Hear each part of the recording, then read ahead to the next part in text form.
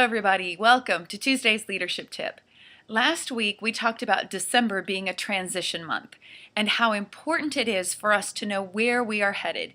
So we are making decisions based on what we want to achieve rather than making a decision based on what we want to avoid. When I first started in this career in 2011, there were some times when I was scared.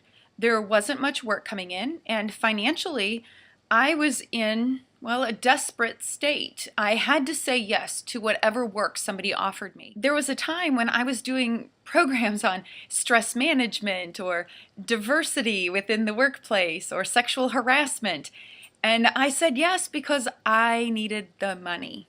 That was it. As my career progressed, I realized that I couldn't keep saying yes to everything because truly, although I think I'm an okay presenter, when it comes to presenting about a topic that I don't really care about, it didn't do me any good and it didn't do them any good. So during December, the first year that I was in business, I had to sit and say, what is it that if I were to stop doing it, what topics would I no longer teach? Or here are some things that I'm doing, some networking things, some advertising things that are just not working. What am I going to do instead? What would be a better use of my time and my energy and my resources? Going through that process, I realized that everybody has that. Within our job, within our day, within our career, there's something that's really not getting us where we want to go. And so do we have the courage to stop doing it? I just presented on this topic last week to build on the Tuesday tip with a nonprofit organization. And the number one thing that came up was the word tradition. But it's what we've always done. It's how it's always been done.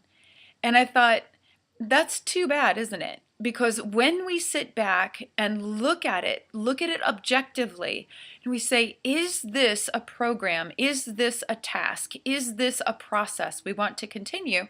Sometimes the answer is no. And once we decide it's okay to say no, now we can build on something and become even greater at it. I have to admit, when I was looking at that process and I said, I'm no longer going to teach about stress management. Now I'll touch on it in programs, but I'm not going to do a 4-hour presentation on stress management. That was scary because there were companies who wanted to spend money for stress management, and I wanted to make money. But guess what? It didn't do me any good. It didn't do the company any good for me to say yes to something that wasn't truly within my wheelhouse, or it didn't truly take me, my company, where I wanted to go. So I had to say no. I know that last week I encouraged you to be bold in the direction that you're taking in 2015. In order to have that courage, we have to know where are the potholes, where are the delays, where are the detours. And then we have to be smart enough to start planning for that. And sometimes the plan means let go. Let go of what's holding us back so that we can be released into a better future. Have a great week, everybody.